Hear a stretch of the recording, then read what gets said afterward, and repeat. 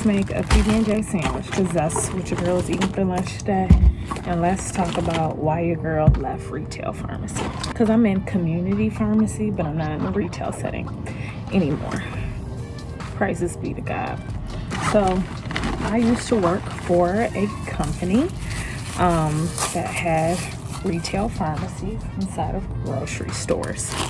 When I worked there, I started off as a technician, moved on to an intern, and then finally became a pharmacist. Once I became a pharmacist, I decided to pursue a postgraduate year one residency. It's kind of like what doctors do. You get extra training. So I chose to get extra training in community pharmacy because I like to be in the community sometimes. Oh,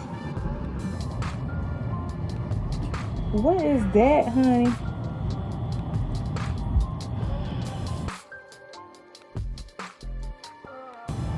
Y'all, this jelly I got,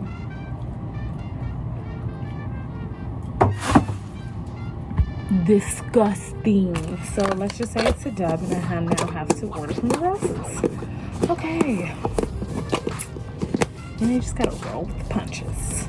Anywho, so I put the time in with this company. I took the time to pursue extra education, extra training. I did what was needed so that I could progress further in the company. I am going to move y'all so I can order this pizza. Child, what a mess. And the lighting in here is trash. Moving on. So I put the time in, I put the work in, and I started off as a floater after I completed that training, and I started off as a floater. A floater is someone who goes to different pharmacies and completes different shifts at those pharmacies. So where I live, it's like a whole tri-state area.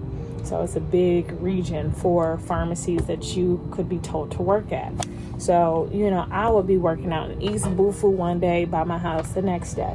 So the mileage was crazy, but you got reimbursed depending on how far you went. So issue number one with retail pharmacy, I had to advocate a lot for myself. There were like hidden rules for being a floater pharmacist. Like if you travel more than 100 miles this way, we're not going to reimburse you for gas. You have to go ahead and rent out a rental car. Sometimes they would give you the company credit card for it. Sometimes they wouldn't. I guess it just depended on, who was calling the shots. But when I tell you, it wasn't just outright given to you, especially during nobody's orientation. Your girl had to advocate for herself. Like if you didn't look it up and you tried to submit for mileage, they would decline it, act like they wasn't going to pay you. Excuse me? So I had a couple incidences with that. You had to search and find, and I still don't even remember seeing clear documentation about that. Somebody just had to tell me in an email after I asked after 2 failed attempts. That's one. Number 2, let's talk about how there is no work-life balance. I chose to become a pharmacist for the work-life balance, okay? A lot of people want to weigh out the healthcare provider options, which one to choose. A lot of them choose pharmacy because you're supposed to have a little bit more time for yourself.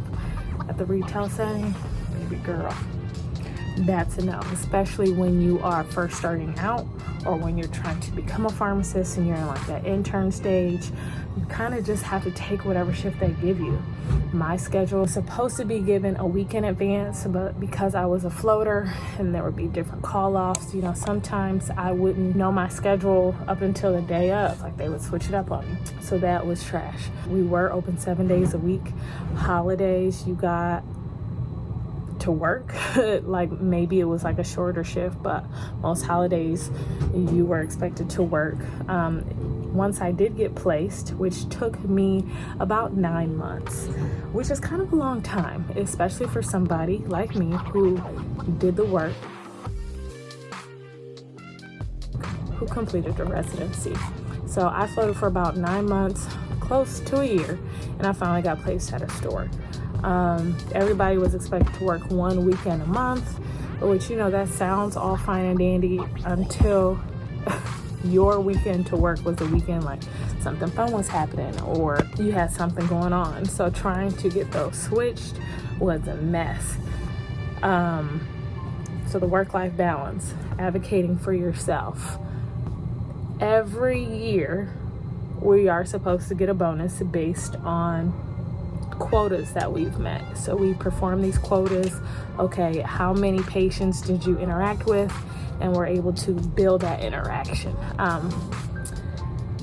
How many prescriptions did you fill? How many 90-day prescriptions did you fill? How many patients did you lose? How many patients did you retain? All that stuff was wound up in a number, and that told you your bonus. Baby girl, every year they would increase that bonus to something that you could barely reach. Like, we are busting butt to get this stuff done. Just to find out, oh, you get 10% of the maximum bonus potential. I do all this work just for you to, again, increase the amount. Like, I didn't even reach it this time. Why are you increasing it?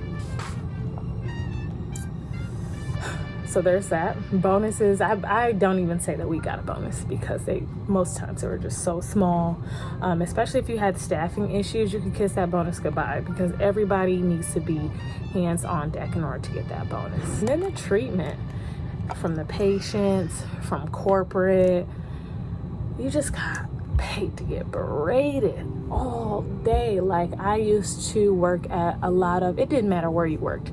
You could work in the inner city, you could work in the suburbs, you could work in rural area. You're gonna come across rude people. A lot of people are sick. A lot of people take their anger and frustrations out on you. A lot of people have financial issues, which I get 100%, but who is you talking to? Okay. Not only do you have to deal with a lot of customers who are issues, but you also have to deal with a lot of insurance companies. And when I tell you, these insurance companies, whoever they hire, they either don't train them well, or they just don't know what's going on. They really didn't know what was going on. You would tell them, lay out their issue, and they would give you the runaround or make you go through these prompts. And there'll be times I'm on the phone for hours, 2 hours at a time, like going past my lunch, just going past, okay? So it was very stressful. Also breaks. What's that? What is a break? I used to get 30 minutes sometimes. If you're short staffed, you can kiss that 30 minutes goodbye. You are eating behind that desk. I often had snacks in my pocket because I'm starving. Your girl is kind of small, okay? I like to consider myself slim thick, but your girl has a fast metabolism. I need to eat. And you just didn't have the time to do that, or just decompress, because as you can tell, it wasn't the best environment to work into. Once I had the opportunity to get up and get out, I took that. Let me give you one last reason, okay? The pay, it's really good for starting out. It's really good, especially that's your first like big girl job. It's really good, but for our pay, it got frozen because they wanted to increase the pay for our technicians. Number one, I was a technician. I think that is amazing, but no way did I know like I wasn't gonna get paid anything more than my base pay. So that kind of stunk. It was still doable. There were still lots of opportunities for overtime, so you could make more money if you wanted to, but I knew it was getting bad when the people that I used to look up to in the company started to leave. Like I said, I did residency training so that I could not only do the regular dispensing pharmacist duties. Dispensing pharmacist duties is what you see somebody at CVS or Walgreens do. You know, they're behind the counter, they're typing, they're talking to people. I thought I was also going to be sitting down one-on-one in a counseling room with patients, helping them optimize their health, helping them be advocates for themselves, helping them reach their personal goals, because that's what a lot of my training consisted of. But after I became a floater and got placed, you think that was available? No, they were actually cutting the program. So that was a little disheartening. And that type of residency is also kind of like ambulatory care pharmacy, because that's what a lot of those ambulatory care pharmacists do. They work with the patients to help them with their transfers from hospitals into regular life again.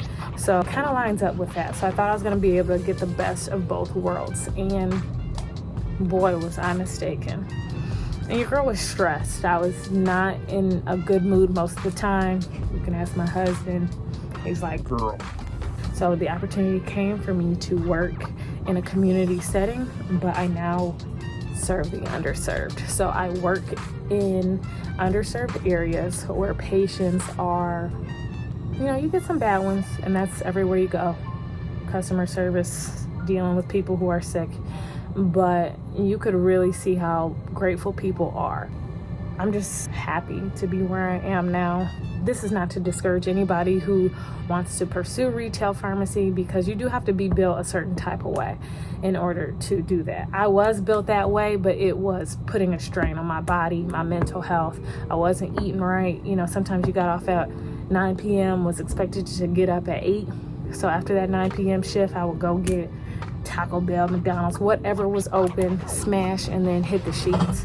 So, it's not made for everybody. It's a great first stepping stone. It does pay great.